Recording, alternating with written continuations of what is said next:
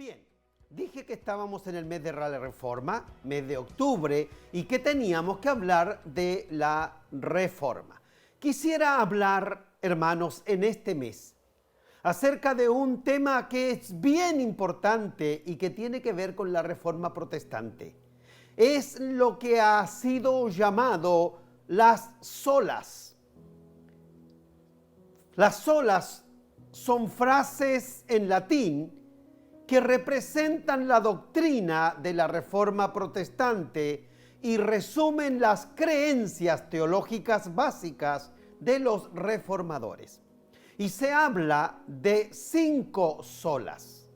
Ya vamos a saber por qué se les llama solas. Y son 5. Bueno, estos 5 postulados teológicos entraban en contraposición con la doctrina católica romana de la época.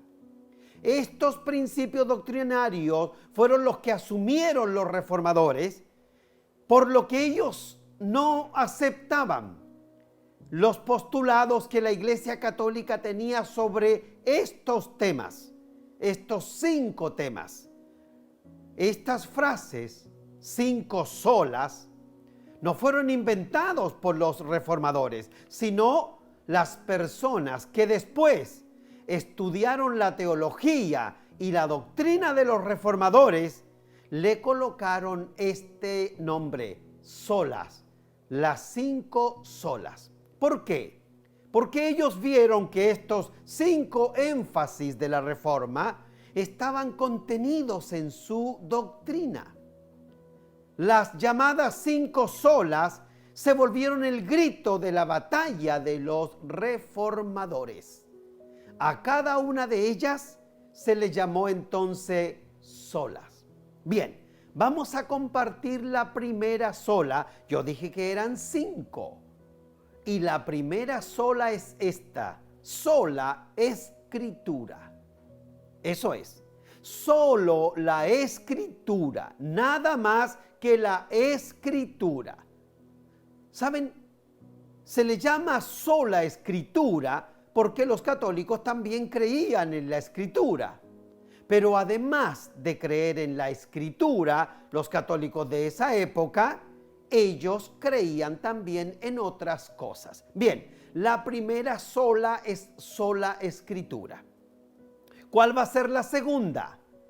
Sola gracia. Porque los católicos creían en la gracia también, pero además creían en las obras. Aparte de la gracia, ellos creían en las obras, pero la Reforma protestante dirá no, solo gracia. ¿Cuál es la tercera sola? Solo Cristo. ¿Y por qué solo Cristo? Porque los católicos también creen en Cristo, pero no solo en Cristo, sino también en la Virgen María y otros santos. Pero los reformadores dirán, no, solo Cristo. Hay un cuarto solo, y ese es solo a Dios la gloria. ¿Y por qué solo a Dios la gloria? Porque los católicos creen en darle la gloria a Dios, pero no solo a Dios, sino también a los hombres. La pregunta no es si creemos en estos 5 énfasis teológicos, sino que si creemos en ellos solamente. Porque como acabo de decir, los católicos también creían, pero creían en otras cosas agregadas. Si creemos en ellos solamente, si creemos en estas solas solamente, podríamos decir que somos verdaderos hijos de la Reforma. Vamos a hablar acerca de cada una de estas solas y luego vamos a preguntarnos si somos verdaderamente hijos de la Reforma o no. Hoy vamos a ver solo una sola. De las 5, solamente veremos una. El otro jueves seguramente veremos una o 2. Pero por hoy veremos sola escritura. Sola escritura. Solo por medio de la escritura. Profundicemos un poquito. ¿Qué significa esto? Juan Hus, un prerreformador, murió quemado en una hoguera en el año 1485, junto a sus escritos, por orden del emperador Juan Hus, murió en la hoguera. Y saben ustedes que pusieron una corona de papel en su cabeza con 3 diablos pintados que decía la corona: este fue un archihereje. Así fue como murió Juan Hus. Juan Hus fue un pre-reformador y él ya había hablado acerca de solo la Escritura. Los reformadores lo van a decir en el 1500, pero Juan Hus ya lo decía antes. A él ya le interesaba solo la Escritura y murió quemado en la hoguera. Él le decía a sus opositores: convénzanme solo por la Escritura y yo me voy a arrepentir y a retractar. Convénzanme, pero con la Escritura y con nada más. Y si ustedes me convencen que yo estoy mal, entonces yo me voy a retractar y me voy a arrepentir. Saben, hermanos, obvio, no lo pudieron convencer y eso le costó la vida a Juan Hus. Los reformadores fortalecieron la Escritura en 5 aspectos. Y yo quisiera hoy, jueves, tocar estos 5 aspectos. ¿Cuál es el primer aspecto que vamos a tocar? El aspecto en que la Escritura fue fortalecida por los reformadores es el primero: su autoridad. La Escritura fue fortalecida por los reformadores en su autoridad. ¿Y qué significa eso, hermanos?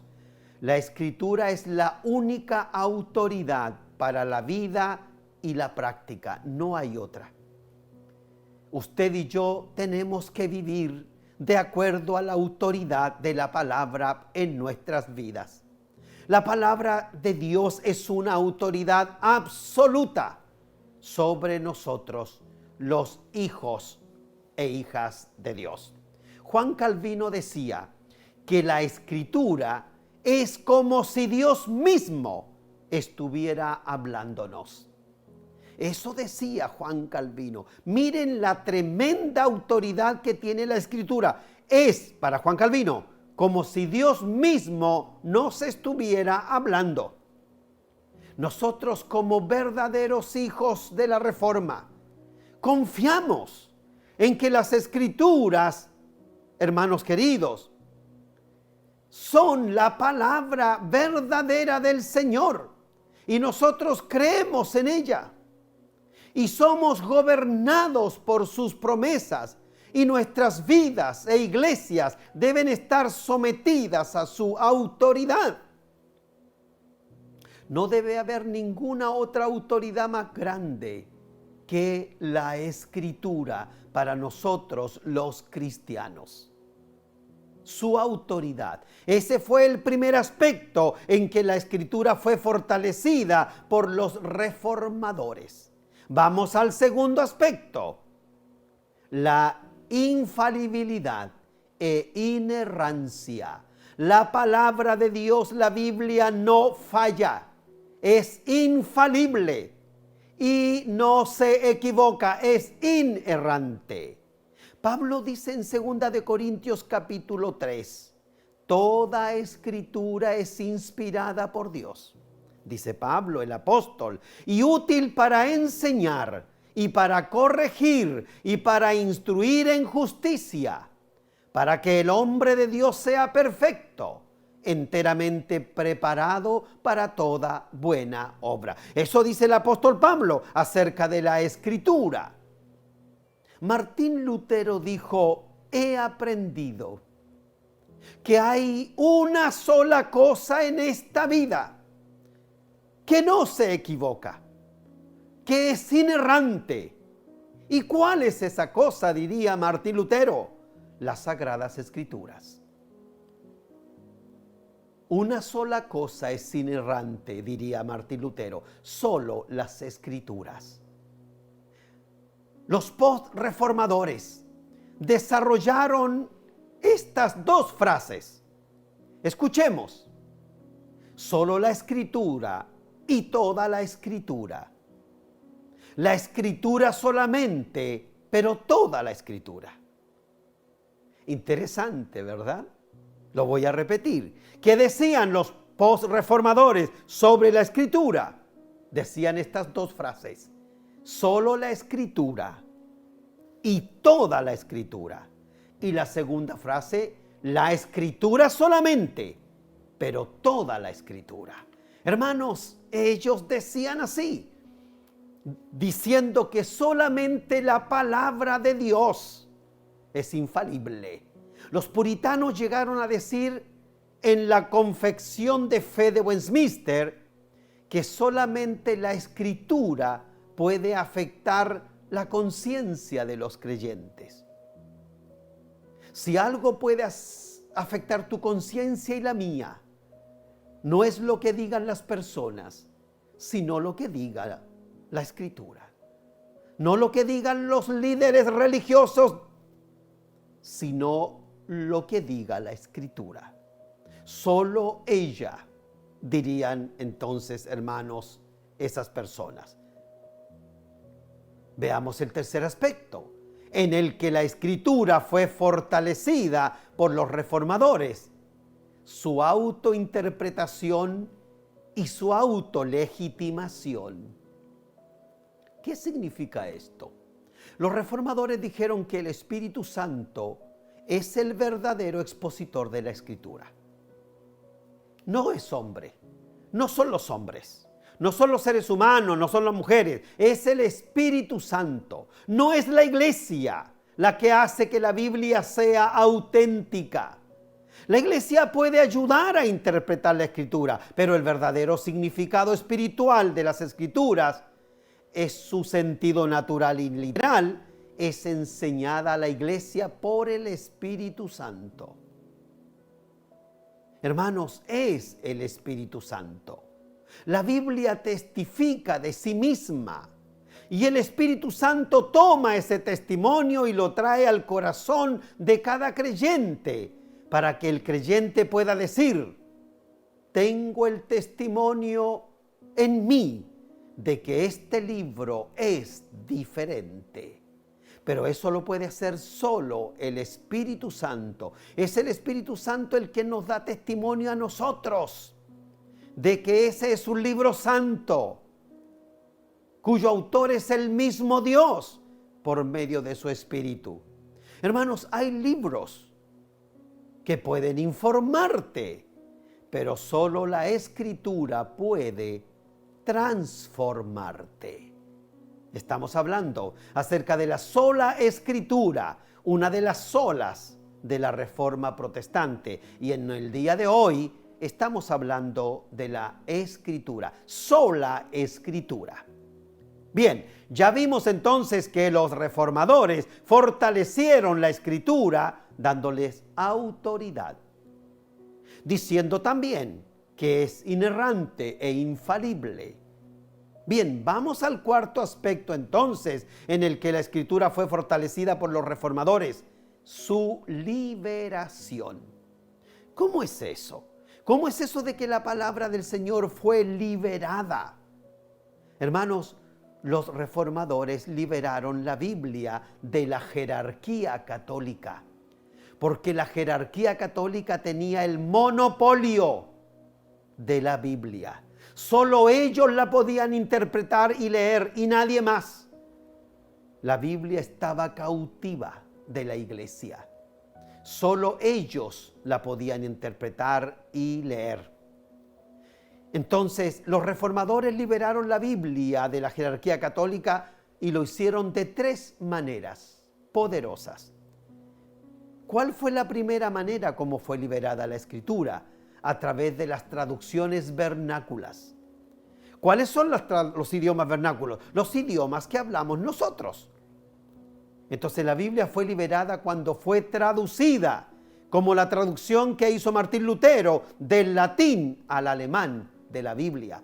Ahora que la Biblia está en alemán, cualquier persona que tenga una Biblia podrá leerla porque estará en el idioma alemán. idioma que el pueblo alemán hablaba. Fue liberada de la jerarquía católica que la tenían cautiva. Traducciones de la Biblia para el pueblo, para la gente. ¿De qué otra manera la Biblia fue liberada? Por medio de la predicación expositiva. Es decir, como hacía Ulrico Zwinglio, él fue el primero en decir que comenzaría a predicar la Biblia de manera expositiva, empezando por Mateo, hasta el final de la Biblia. ¿Qué significa enseñar la Biblia de manera expositiva o predicarla? Que usted lee un texto y lo explica. Lee un segundo verso y lo vuelve a explicar. Y así va explicando verso por verso, párrafo por párrafo, para que la gente lo entienda. Tercera manera de cómo fue liberada la Biblia, a través de la exégesis. Hermanos, los reformadores, por ejemplo Juan Calvino, comenzaron a comentar las Escrituras, a estudiarlas, a conocer su lengua, su contexto, en qué lugar fue escrita y con qué propósito, qué palabras se usaron. Él comenzó a estudiarla profundamente. Eso es la exégesis. Y ellos lo comenzaron a hacer. De estas tres maneras los reformadores liberaron la Biblia del cautiverio de la Iglesia Católica Romana en ese entonces. Hoy día la gente tiene una Biblia en su casa, pero en ese entonces no podían tener una. No la podían leer, ni menos interpretar, porque ese era solamente privilegio de la Iglesia y de sus clérigos.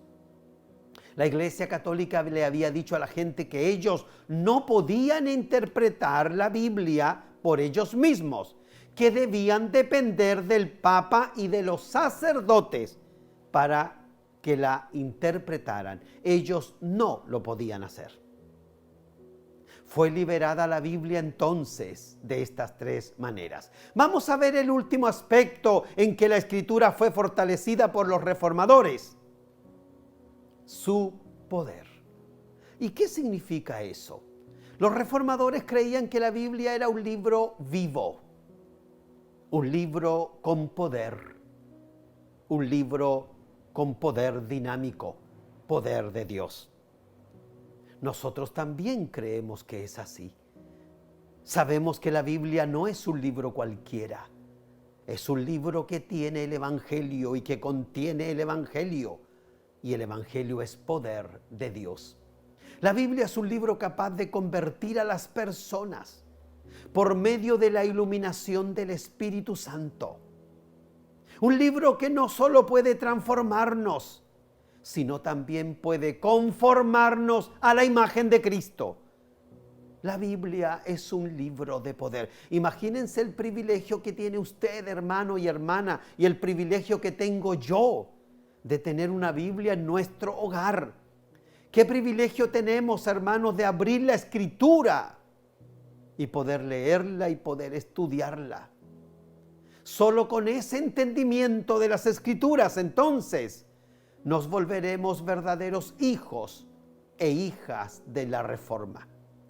Cuando usted y yo pienso de esta manera, como los reformadores lo pensaron, entonces nosotros podríamos decir que somos herederos de la Reforma, porque creemos en la Escritura solamente. ¿Es eso lo que la Escritura es para ti? ¿El libro de Dios? ¿Que tiene autoridad? ¿Que está lleno de promesas? ¿Que es infalible e inerrante? Es un libro que no se equivoca. Libro en el cual podemos conocer el plan y el propósito de Dios para nuestra vida. ¿Es eso la Biblia para ti? ¿Es una fuente de poder?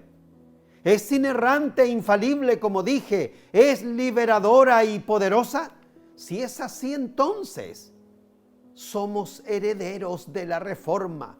Y lo que los reformadores pensaron y proclamaron, y algunos hasta por lo que dieron la vida, nosotros somos herederos de la Reforma entonces.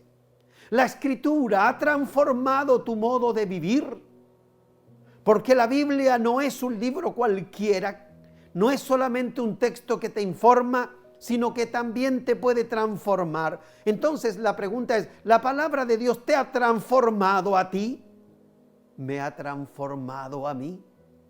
Podemos decir con Martín Lutero y Juan Calvino, mi conciencia está cautiva a la palabra de Dios. ¿Está tu conciencia y la mía cautiva a la palabra? Y solo creo, solo acepto, solo proclamo, solo pienso en lo que la Escritura dice, porque no hay ningún otro libro que se le compare siquiera. En nuestros púlpitos solamente está la Biblia. No tenemos ningún otro libro más en nuestros púlpitos. Solo la Biblia. Hay otros movimientos religiosos que además de la Biblia tienen otros libros. Nosotros no. Solo la Biblia. Juan Wesley llegó a decir que él solamente leía un solo libro. Él era un hombre de un solo libro. ¿Y cuál es ese libro al que se refería Juan Wesley? La Biblia. Solo la Biblia. Hermanos, solo por la palabra de Dios, por medio de esas palabras, nosotros pensamos, nosotros hablamos y por esta palabra nosotros vivimos. No hay otra palabra para nosotros los cristianos, solamente la Biblia. Hemos comenzado hablando en este primer estudio del mes de octubre, entre las 5 solas, sola Escritura. Eso fue lo que los reformadores pensaron. Por eso ellos proclamaron, por eso fueron perseguidos, por eso fueron excomulgados y por eso algunos dieron su vida. Solo la Escritura y nada más. Podemos leer un comentario, podemos leer otra cosa, pero nada que contradiga la Escritura va a tener peso, va a influenciar nuestra vida y nuestro pensamiento y nuestra fe. Solo la Escritura. ¿Cuál es la invitación de los reformadores que nos hacen entonces? Hermano querido y hermana, lee la Escritura para que nadie te engañe diciendo que esto tienes que hacerlo porque dice esto la Escritura. O esto no lo tienes que hacer porque la Biblia lo prohíbe. Si tú no la lees, si yo no la leo, me van a decir cualquier cosa y la voy a creer porque no conozco la Escritura. Tenemos que ser polillas, se decía de los primeros metodistas, polillas de la Biblia, porque ellos la estudiaban, la leían, la escudriñaban, la profundizaban. Eso es lo que tienes que hacer tú, querido hermano y hermana, y yo también. Leerla, estudiarla, compartirla, para que así nadie me venga a decir lo que tengo o no tengo que hacer, porque la Biblia lo dice. Piensa, cree, confiesa y proclama solo lo que la Biblia dice y nada más. Sola Escritura.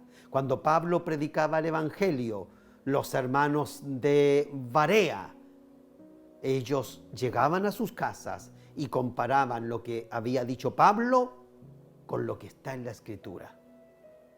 Nosotros tenemos que ser de esos mismos cristianos. Lea la Biblia, estúdiela, hermanos queridos.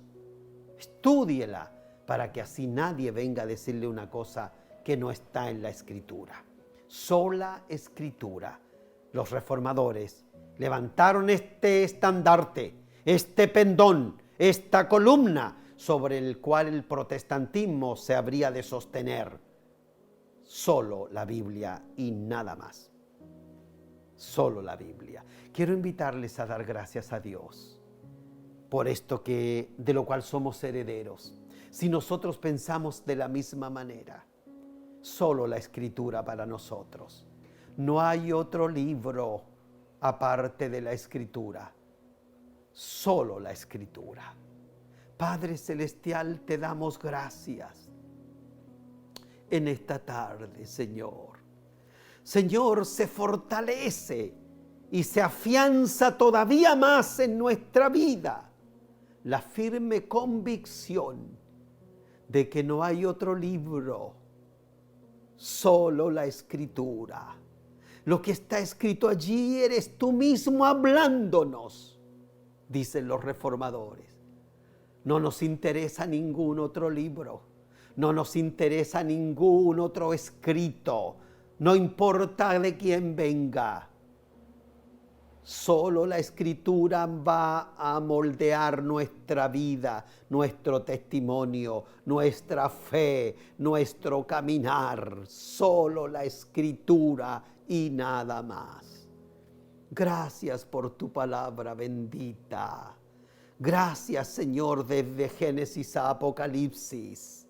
Gracias por estos libros inspirados que vienen a mostrarnos el camino y la revelación de la vida eterna. Gracias, oh Dios. Amado libro, la Escritura. Te doy gracias, Señor, por nuestro estudio de hoy, porque nos viene a fortalecer mucho más de que solamente un libro necesitamos para ser salvos. La Escritura que nos revela a Cristo, nuestro Señor y Salvador. Gracias, Padre, por Cristo Jesús.